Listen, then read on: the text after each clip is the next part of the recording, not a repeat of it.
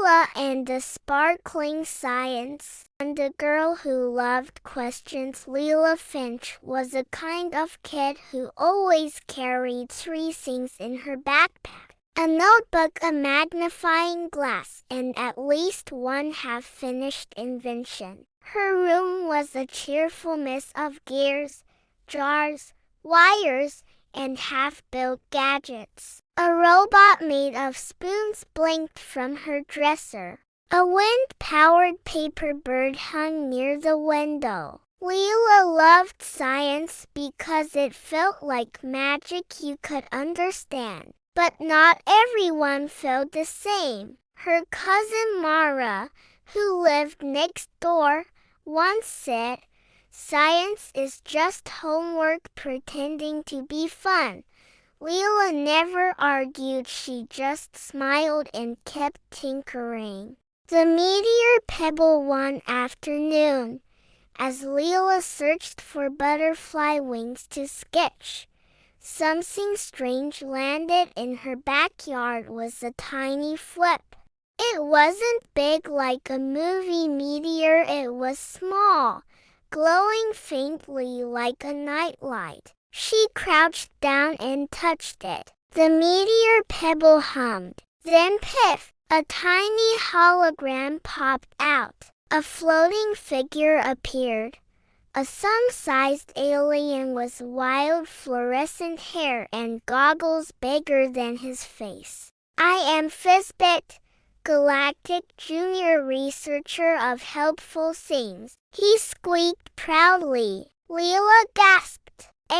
A real alien scientist? Presenting Science Seeds. A silver pouch appeared, glowing softly. "When you speak kindly, curiously, or scientifically," Fizbit explained, "a spark seed will appear. These seeds grow into inventions that help the world."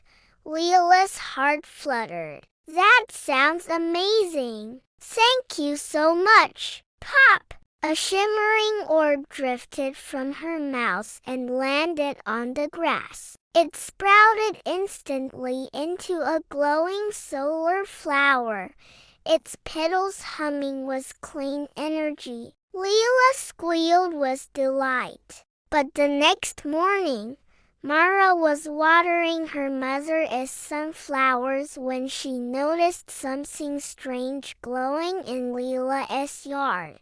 "Hey!" Mara yelled. "Why is your grass sparkling?" Lila hesitated. Should she tell? Fizbit had said nothing about hiding the gift. So she explained everything about the meteor, the alien, the science seeds. Mara stared, speechless. Then she stomped her foot. Lila said gently, "I don't know if it works like that." But before she could finish, Fizbit appeared, spinning like a firefly. "You may try," he said, "but remember the seeds respond to the way you speak." Mara tossed her hair. "Well, I want the seeds now. Give them to me." Thump! A dark, oily seed plopped out of her mouth. It sprouted into a small gray puffball with angry eyebrows. The puffball floated up and sneezed soot into Mara's face. "Ugh!" Mara shrieked. "Why did it make a gloom puff?" Fizbit sighed. The clubhouse project. Lila wanted to cheer Mara up. "Do you want to help me build a solar-powered clubhouse?" she asked. Mara wiped soot off her nose. "I guess." Lila spoke encouragingly. "Let's test reflecting sunlight with mirrors." Pop! A spark seed appeared and sprouted into a glowing reflector bloom, a flower whose petals acted like tiny solar mirrors. Mara exclaimed, "Cool! I want one." But instead of trying to ask kindly, she shouted, "I want a reflector bloom right now." Thump! Another gloom seed fell out and grew into a droopy weed that grumbled. Too bright. But then something different happened. I wish I knew how to talk the way you do, Lila. Suddenly pop, a tiny baby spark seed shimmered into the air. Mara's eyes widened. Did I just make a good one?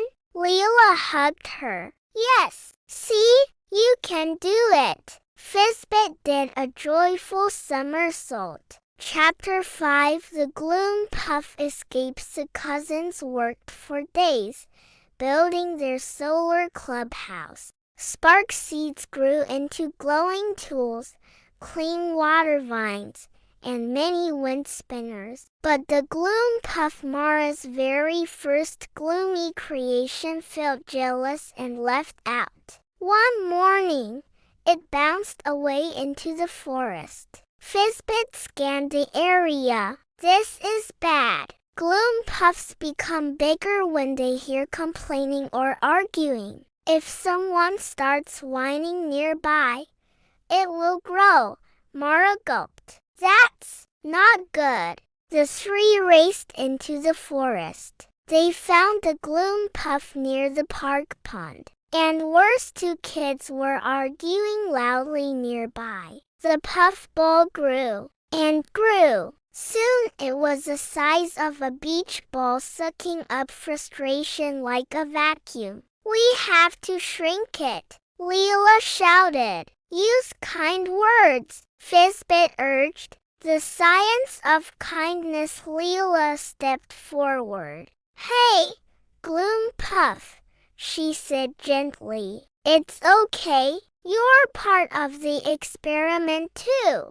A spark seed floated out of her mouth and dissolved into a calming glow. The puffball shrank a little. Mara swallowed hard. She wasn't good at gentle words, but she tried. I'm sorry I made you by being rude. I think you just need some nice energy.